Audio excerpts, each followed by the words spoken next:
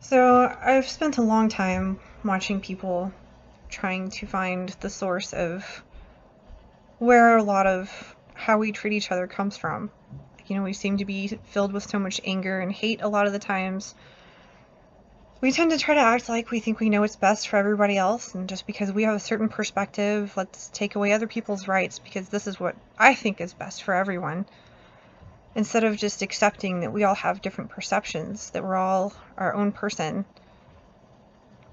We're all part of humanity. And we tend to have very much a punishment-based mentality.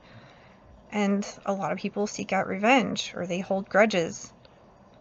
But even if somebody hurts us or mistreats us in some way, that doesn't make it okay for us to hurt them back in return. Because they're still human beings, no matter which way you look at it. And usually people who go around hurting others have been hurt by somebody else.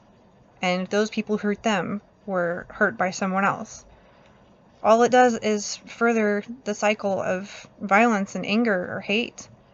It just continues, and it's going to be endless until someone decides to say enough. It's at some point we have to decide that we're going to treat each other better, that we're going to let things go.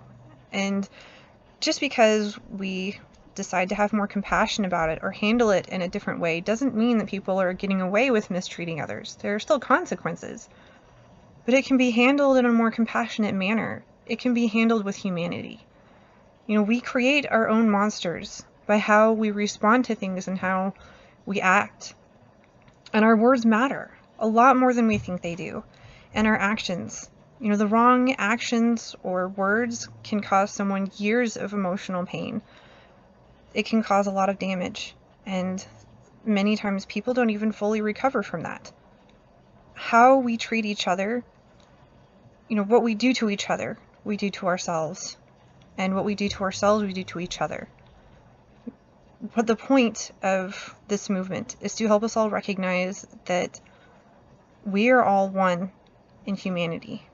That, we need to get rid of the lines of discrimination and realize that we're all one in our diversity, that we are humanity.